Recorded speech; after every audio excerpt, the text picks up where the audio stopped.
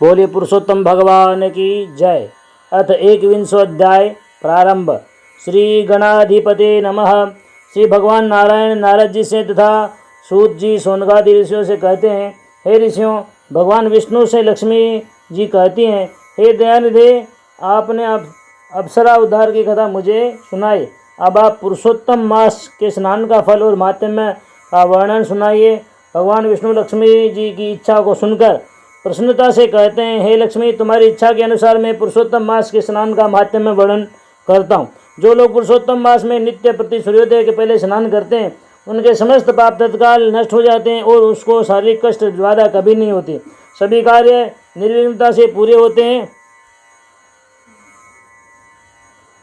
मन में संतोष और प्रसन्नता होती है। सभी तीर्थों में स्नान करने का पुण्य प्राप्त होता है। विधि युक्त स्नान करने से 12 महीने के स्नान का फल प्राप्त होता है। अधिक मास में गंगा जी के स्नान का बड़ा महत्व है। गंगा जी में स्नान कर माधव भगवान का दर्शन करने से अनंत पुण्य की प्राप्ति होती है। अधिक मास में जो लोग सरस्वती नदी में स्नान करते हैं, उनके 7 जन्म के पाप नष्ट हो जाते हैं। सूर्य चंद्रमा के ग्रहण के समय गोदान करने का जो फल प्राप्त होता है, वही पुण्य अधिक मास में स्नान करने वाले को प्राप्त होता है। वह मनुष्य महामूर्ख होगा जिसने अधिक मास में स्नान नहीं किया और पितरों का तर्पण नहीं किया। इसने नरक रूपी संसार में अपनी आत्मा की मुक्ति के लिए कोई कर्म नहीं किया, उसका जन्म ही वृथा गया, ऐसा निश्चिंत समझना चाहिए। ऐसे लोग पृथ्वी का भार हैं। हे लक्ष्मी, जो लोग पुरुषोत्तम मास में श्रद्धापूर्वक स्नान, दान, तर्पण आदि कर्म करते हैं, वे बड़े भाग्यशाली और परम पुण्यशील होते हैं। वैशाख में तप, उपवास, चैत्र मास में होम, कार्तिक मास में दान धर्म, ऐसे प्रत्येक मास के अलग अलग पुण्य, परंतु अधिक मास के व्रत, होम, दान, इन तीनों का साधन एक साथ ही करके सभी मासों का पुण्य प्राप्त होता है। इस क्रम के द्वारा जीवात्मा उत्तम सदगति को प्राप्त होती है।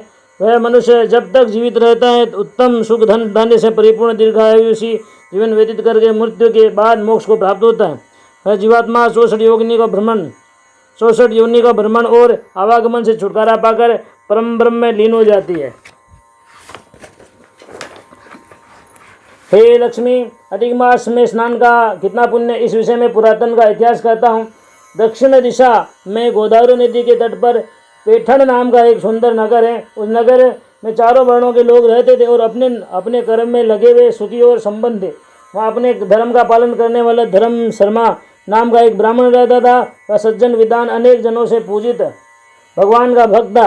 प्रत्येक पुरुषोत्तम में नियम पूर्वक सूर्योदय के पहले स्नान करने की श्रद्धा थी। उसका समस्त जीवन शांति में और सुख में व्यतीत हो रहा था।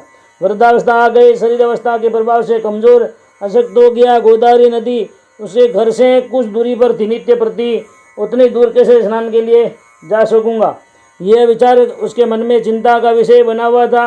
पुरुषोत्तम मास प्रारंभ हो चुका था। इस प्रकार विचार करते आखिर उसने निश्चय किया कि यदि मास के अंतिम 3 दिन नियम पर स्नान करूंगा, पापों को नष्ट करने वाला ऐसे मास को व्यर्थ ही नहीं बिताना चाहिए। अपनी शक्ति के अनुसार जितना हो सके कर्म करके पुण्य संचित करना चाहिए।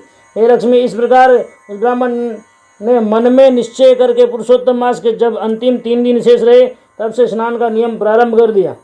एक प्रहर रात्रि शेष रहती थी, तब घर से स्नान के निमित्त गोदावरी के लिए निकल जाता और स्नान करके सूर्योदय के पहले ही घर वापस आ जाता था।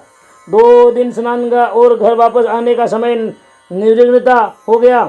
अंतिम तीसरे दिन ब्राह्मण गोदावरी में स्नान करके कमंडलों में जल भरकर अपने घर वापस आ रहा था।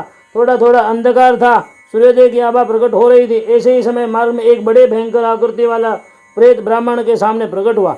वह प्रेत बड़ी बड़ी अंगारे के समान आंखों वाला, सूखा शरीर, सिर्फ हड्डियां ही दिखाई दे रही थी। दाढ़ के बीच जीभ लपलपा रही थी। पीठ से जटा सटा हुआ, बड़े बड़े भयंकर बाल, बड़ा भयंकर शरीर, पीले रंग का, 12 हाथ से पेट को पीटता हुआ, जीभ लपलपाता हुआ, मुख फैलाता हुआ, हाहाकार की गर्जना करता हुआ प्रेत ब्राह्मण के सामने प्रकट हुआ। उस प्रेत को देखकर ब्राह्मण के मन में यह भय अवश्य हुआ, परंतु ब्राह्मण मन में भगवान पुरुषोत्तम का नाम स्मरण करते हुए हिम्मत धारण करके कहता है, अरे तू ऐसा भयानक और महान शरीर वाला कौन है? ब्राह्मण को नमस्कार करके कहता है, ये ब्राह्मण, मैं समस्त प्राणियों को कष्ट देने वाला प्रेत हूँ। मैं शमशान में रहता हूँ और अत्यंत निंदनीय वस्तुओं को भक्षण करता हूँ। जिन मनुष्यों में आत्मबल तथा संचित पुण्य नहीं रहता था, जो देवताओं की आराधना से दूर रहते हैं, ऐसे मनुष्यों को हमेशा पीड़ा पहुँचाना ही हमारा कर्म होता है। हे विप्र, मैं बड़ा दुरात्मा हूँ। रात दिन हिंसा और पाप आचरण में लिप्त रहता हूँ। इस प्रेत योनि के दुख को भोग रहा हूँ। आपके दर्शन होने से और आपके शब्दों को सुनने से मेरे मन में कुछ ज्ञान का प्रकाश हुआ है। आप बड़े दयालु हैं, कृपा करके मेरा उद्धार करिए, मुझे प्रेत योनि से छुटकारा दिलवाइए। इसमें आपको बड़ा पुण्य प्राप्त होगा। आपके दर्शन होते ही मेरे मन को विश्वास हो गया है कि आप पुण्यात्मा हैं और अपने पुण्य के प्रभाव से मुझे प्रेत योनि से मेरा उद्धार कर सकते हैं। उस प्रेत की प्रार्थना को सुनकर धर्म शर्मा ने मन में दया उत्पन्न हो गई। हे लक्ष्मी, पुण्यात्मा पुरुष बड़े दयालु होते हैं, उनसे किसी का दुख सहन नहीं होता। कैसा भी पापी धर्मात्मा पुरुष की शरण में चल जाए उसका उद्धार वे कर देते हैं। धर्मात्मा पुरुष ऊंच नीच प्रेत राक्षस पिशाच सबको शरण देते हैं। ब्राह्मण धर्म शर्मा कहते हैं, हे प्रेत, तूने ऐसा कौन सा पाप कर्म किया जिससे तुझे यह प्रेत योनि प्राप्त हुई। ब्राह्मण के वचनों को सुनकर उस प्रेत को पूर्व जन्म का स्मरण हो गया। वह हाथ जोड़कर कहता है, हे विप्र, मैंने पूर्व जन्म में अनेक पाप किए, कई लोगों की हत्या की, डाका और चोरी की, मदिरा पीकर अनेक बलात्कार किए, अपने जीवन में कभी शुभ और पुण्य कर्म नहीं किए, सारा जीवन पाप कर्म से बिता दिया। आखिर मृत्यु के बाद यमदूतों ने मुझे अनेक नरकों की यातना दी, नरकों का दुख भोगने के बाद मुझे प्रेत योनि में भेज दिया। हे विप्र, इस योनि से जैसा मेरा भयंकर आकार है वैसे हमारे कर्म होते हैं। हम लोगों से अनेक जीवों की हिंसा होती है, पाप भी होते हैं, कभी शुभ कर्म नहीं होता।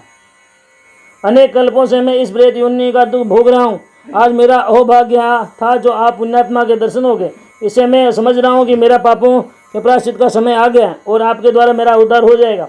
प्रेत के शब्दों को सुनकर ब्राह्मण धर्म शर्मा कहता है, हे प्रेत, वास्तव में तू बहुत दुखित है, मैं अपने कुछ पुण्य के द्वारा तुझे इस योनि से मुक्त करता हूँ। ऐसा कहकर ब्राह्मण ने मन में भगवान पुरुषोत्तम का स्मरण करके कमंडलों का जल हाथ में लेकर संकल्प किया, मैंने पुरुषोत्तम मास में 3 दिन स्नान किया, उसका जो भी पुण्य उस प्रेत को देता हूँ। ऐसा कहकर प्रेत के सिर पर छोड़ दिया। उस पुण्य को प्राप्त करते हुए उसका प्रेतत्व नष्ट हो गया, वह दिव्य स्वरूप का हो गया और ब्राह्मण की वंदना करता हुआ स्वर्ग लोक को चला गया।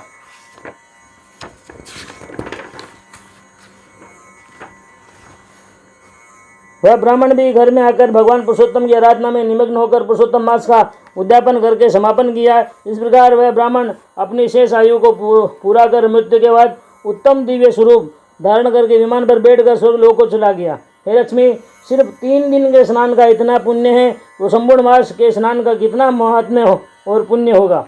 भगवान के वचनों को सुनकर लक्ष्मी जी कहती हैं, हे प्रभु, स्नान के महिमा को सुनकर मेरे मन में और भी स्नान की महिमा सुनने की इच्छा है। कृपा कर स्नान महिमा का वर्णन सुनाइए। जय जय श्री अधिक मास माध्यम सार ब्रह्म नारदीय पद्माधारे 21वां अध्याय परिपूर्ण। शुभम भवतु। बोले पुरुषोत्तम भगवान की जय।